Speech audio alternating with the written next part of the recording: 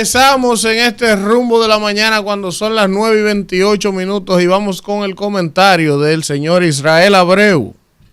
Muy buenos días, gracias por su sintonía a través de la 98.5 en todo el Distrito Nacional y el Gran Santo Domingo y en la zona del Cibao en la 101.1. Definitivamente dar gracias a Dios porque ya estoy presente aquí en el rumbo de la mañana.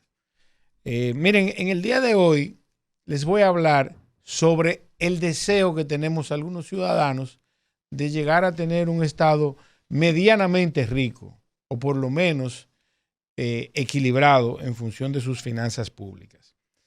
Y empezar en el día de hoy mi comentario hablándoles de la aprobación del presupuesto para el año 2024 que fue aprobado en el día de ayer y que ya es ley, definitivamente en proceso ya de confirmación y aprobación y posterior publicación. El hecho es que el presupuesto para el año 2024 va a ser de 1.619.000 millones de pesos. Hubo un aumento en el que se depositó originalmente, que fue de 1.572.000 millones de pesos.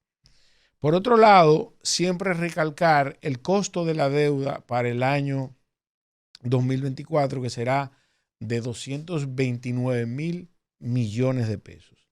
Les recuerdo que el efecto de esta cantidad de dinero, que va a representar cerca del 25% junto con la amortización de la deuda, o sea, el rollover, la cantidad de dinero que todos los años tenemos que coger prestado y tirar hacia adelante para poder equilibrar nuestro presupuesto, pues va a costarle al contribuyente dominicano, en función de las recaudaciones, alrededor de un 26%.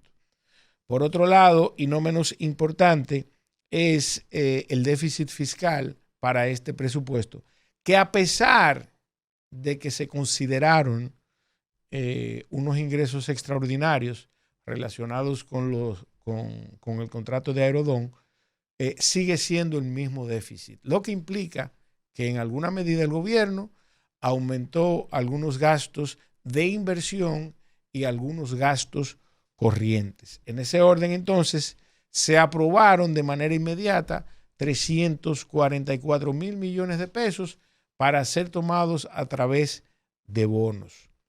¿Por qué bonos? Bueno, porque esto le permite al gobierno utilizar estos recursos, ¿verdad?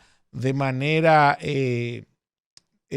la palabra es unilateralmente, sin que necesariamente se le prevea cuál va a ser el fin ulterior de lo mismo. Pueden utilizarlo para pagar la deuda o invertirlo o gastarlo, dependiendo cómo vaya su flujo de caja. El hecho es que inmediatamente se aprueba el presupuesto general del Estado. Junto con esta aprobación se aprueban entonces la emisión de bonos soberanos. Informar, además, cuáles fueron las partidas que se beneficiaron al respecto del aumento del presupuesto. Y en el caso del área de salud, el aumento fue de 8.1% en relación a este presupuesto del año 2023. El área de vivienda tiene un aumento de un 11.9%. El área de educación un 4.2%, sigue siendo el mismo 4% de lo que se estimó para el año 2024 del PIB, pero en relación a lo ejecutado o lo que se estima ejecutarse en el año 2023, un aumento de un 4.2%. Seguridad pública, y aquí de manera específica es el dinero que va a recibir el Ministerio de Interior y Policía, un 5.7%. Y finalmente, y no menos importante, debido a las situaciones que se han dado en los últimos 2 años, bueno, es el presupuesto para emergencias, que va a recibir un aumento de 6.8%. Quiero detenerme en el área de la seguridad al respecto de la percepción de seguridad que tiene la gente y que lamentablemente no ha sido bien manejada. Y aquí citar el caso de la ciudad de Nueva York, en ocasión de que sea Giuliani quien era responsable de la seguridad en Nueva York. Y ese caso fue objeto de análisis en una universidad donde yo participé. Y recuerdo que uno de los principales focos, además de depurar a toda la policía y su relación con los ciudadanos fue el manejar adecuadamente a los medios de comunicación. El principal punto al respecto de esa percepción de seguridad, de ese nivel de riesgo que siente el ciudadano cuando se mueve en la sociedad, es el resultado de una efectiva y asertiva comunicación. Yo creo que nunca va a ser suficiente el dinero que se dedica a seguridad. Lo que sí es que debe ser comunicada de manera asertiva los logros que se tienen en materia de seguridad. Y que además entonces se creen los mecanismos suficientes y necesarios para que se le pueda dar seguimiento al tema de la seguridad, pues al igual que la salud, si el ciudadano no se siente seguro, ¿verdad? Y sano, lamentablemente limita la capacidad de interactuar en la sociedad. Un ciudadano cuando está enfermo no sale de su casa. Asimismo, ese mismo ciudadano cuando se siente inseguro no sale de su casa y no realiza ninguna de las actividades. Y les recuerdo que hemos llegado al colmo en el que las universidades están planeando limitar las horas laborables dentro de la universidad hasta las 8 de la noche por un tema de seguridad. Esperemos que ese tipo de decisiones sean reversadas en ocasión de que el ciudadano sienta que está seguro. Miren, por otro lado, y no menos importante, siempre me preguntan a través de las diferentes redes sociales qué nos espera para el año 2024. Y antes de todo, voy a hacer un pequeño periplo por los últimos 3 años de la economía en República Dominicana.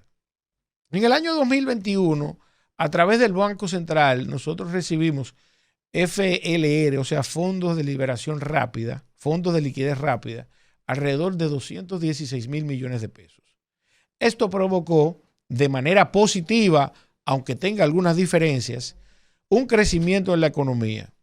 Inicialmente rebote, ¿verdad? Porque se cubrió el déficit que tuvimos en el año 2020 y creció la economía en alrededor de un 5% por encima del decrecimiento del año anterior.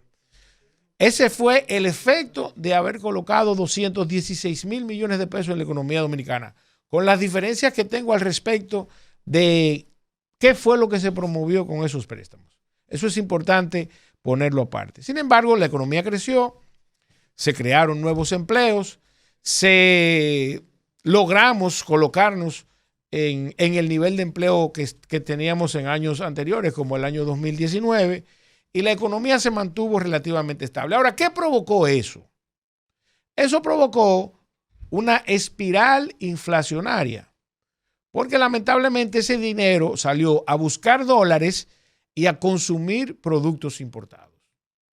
Para ese año, para finales del año 2021, nuestra inflación alcanzó casi los 2 dígitos, 9.8%. Resulta entonces que para el año siguiente, ¿verdad?, se planifica una reducción del consumo para que la economía se enfríe. Llegamos a un nivel de calentamiento tal en donde la inflación se nos estaba yendo de las manos.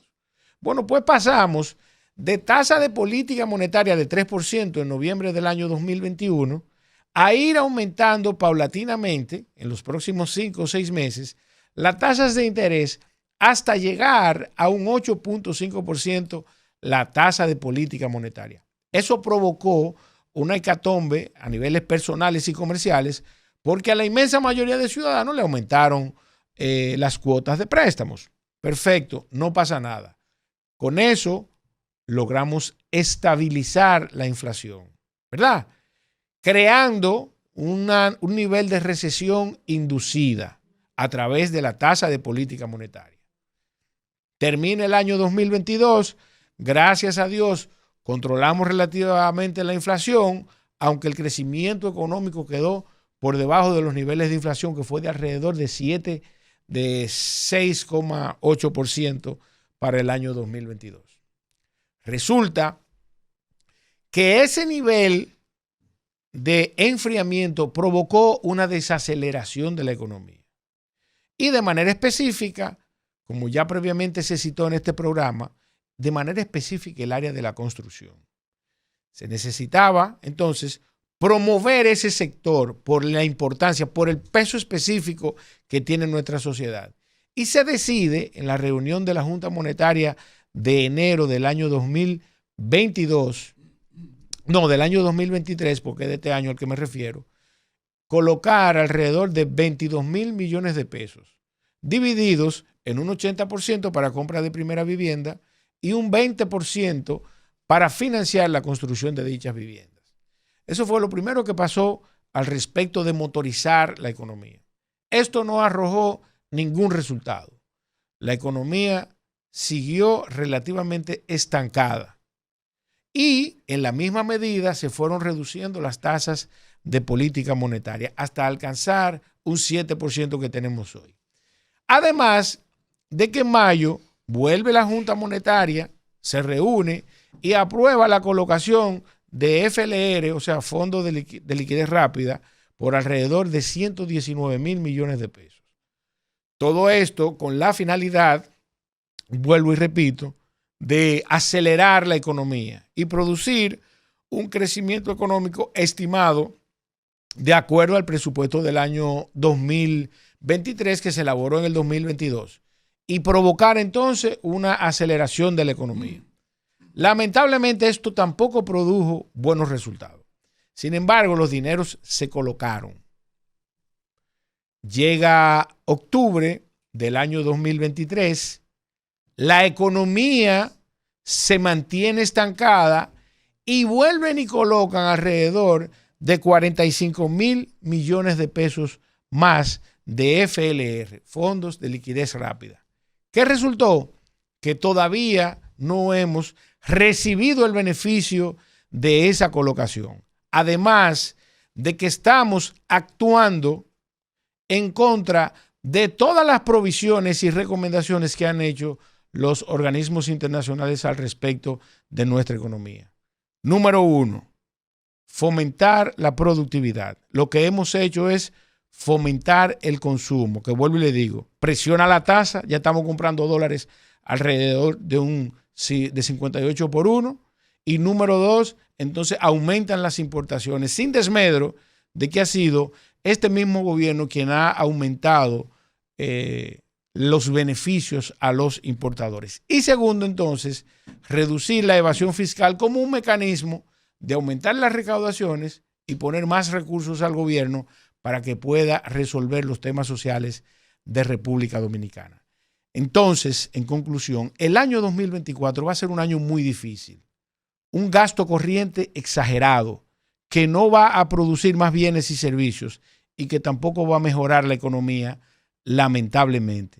Prepárese para ver escaladas alcistas de las tasas de interés, sin desmedro de que en esa misma proporción usted verá un aumento de la inflación y del nivel de precio de cada uno de los productos de consumo masivo en la República Dominicana.